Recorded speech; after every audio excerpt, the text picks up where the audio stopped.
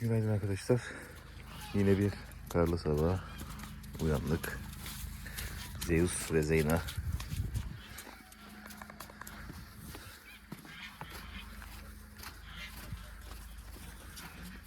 Yine güzel bir manzara. Güzel kar yağmış. Hala da yağıyor şu an kar. Oğlum. Oğlum. Hadi bakalım oğlum.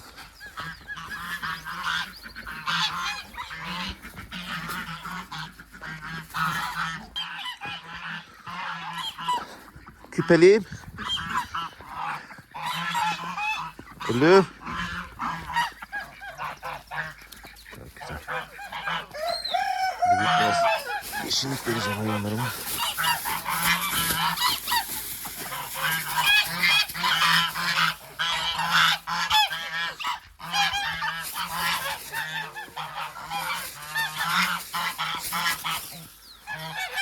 Yeşilliği seviyorlar. Hele de marulu çok seviyorlar.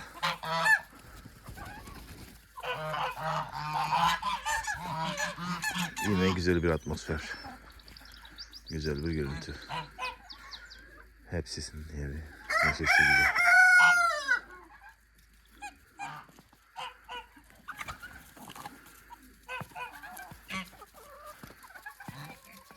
Marulu parçalayayım avatesini.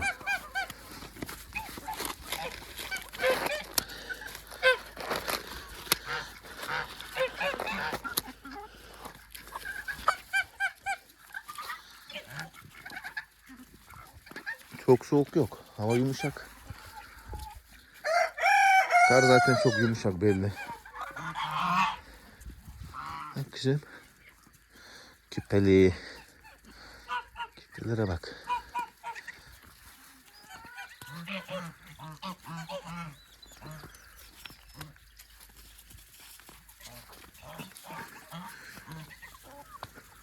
Cüce keçim de kazdan küçük.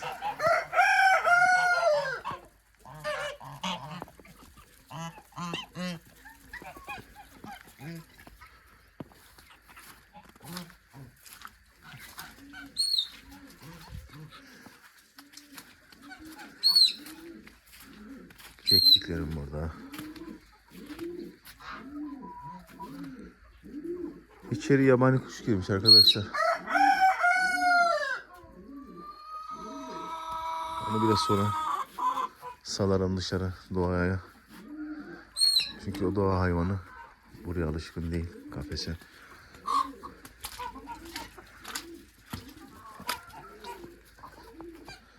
Şuradan bakayım görebilecek misiniz?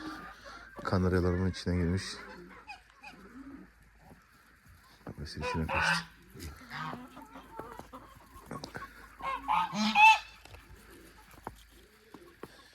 Ne oldu oğlum? Evet. Bak, bak terbiyesiz. Üzerime çıkıyor ya. Gel, çık hadi bak. Hadi şımarık sen.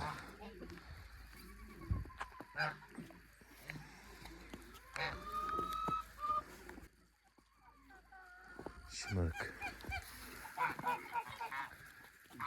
Arkadaşlar şimdi hayvanlarımı, keçilerimi, tavuklarımı yemleyeceğim.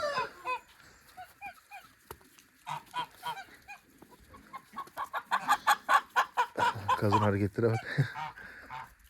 Horozu çekiyor, ilk defa görüyorum.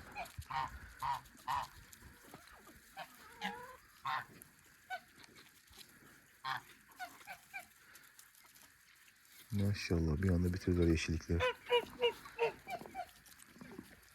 Ne oldu ne oldu? Niye dolaşıyorsunuz peşimde? Tamam biraz sonra yemleyeceğim sizi. Bak terbiyesiz. Terbiyesiz seni. Arkadaşlar iyi seyirler diliyorum. Teşekkür ederim. Abone olursanız sevinirim. Herkese çok teşekkürler. Son hareketini de yapıyoruz. Çok güzel. İyi seyirler arkadaşlar.